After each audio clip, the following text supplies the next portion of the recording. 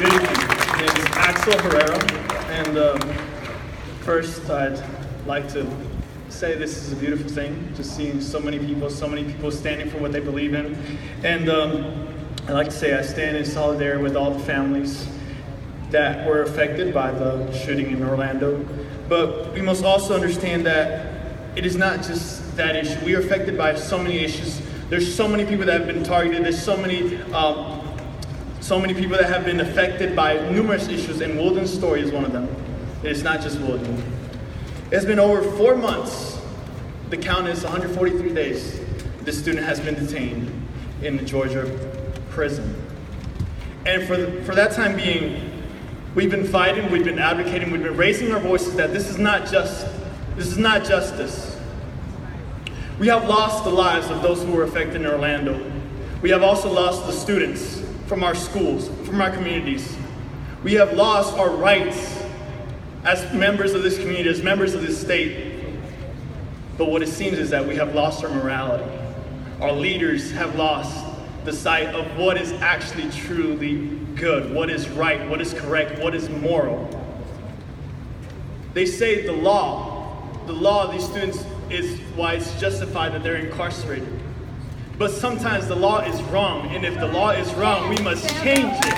Segregation was the law, and it was wrong. Slavery was the law, and it was wrong. Discrimination. Our laws are discriminating students. Our laws are discriminating groups. Our laws are discriminating immigrants. Our laws are discriminating the LGBT community. Our laws are wrong, and we must change them. That's right.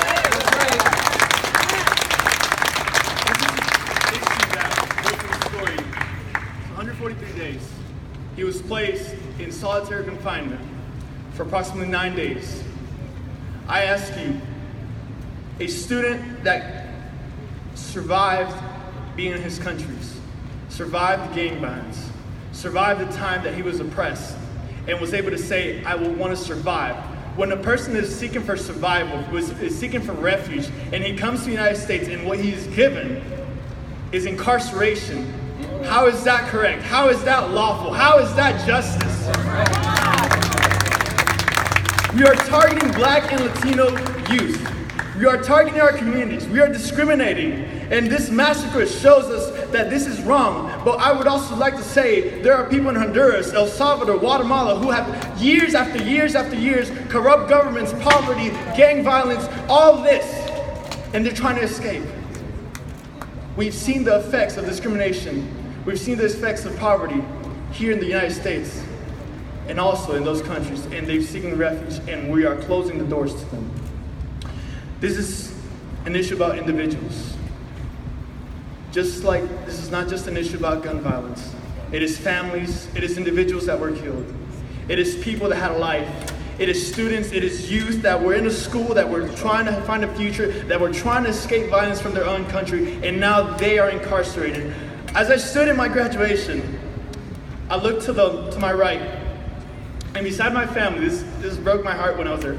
Beside my family, Wilden's mom was there. And I could see how the pain, the tears that were in her eyes. I could see the sorrow that was in her, because as she witnessed 350 graduates, she knew that the one she cared about was not there. That the one she cared about had been basically tortured, woken up in the middle of the night numerous times in this prison, and could not be there to graduate, his one dream. And just like him, there are many others. Many others, not just Wilden. Just like the LGBT community, they're being targeted, and we as one voice, as one humanity, like Reverend Barber said, we must speak out, we must voice this concerns, we must bring out these issues and say, our leadership needs to change this. Our sanctuaries are becoming places of violence. Our schools are becoming places of fear. Our communities are becoming places of targeting and discrimination. Hate and discrimination. We are dehumanizing our own people, our own brothers, our own sisters. We grieve for the loss of families, but we also must understand that it's a fight. It's an uphill battle, because this problem is not new, true. But we must understand that as it is not new, we must make it old. We must end it. And it's only by us, it's only by our voices, it is only by our fight that we can do that. Thank you for coming. Thank you for your support.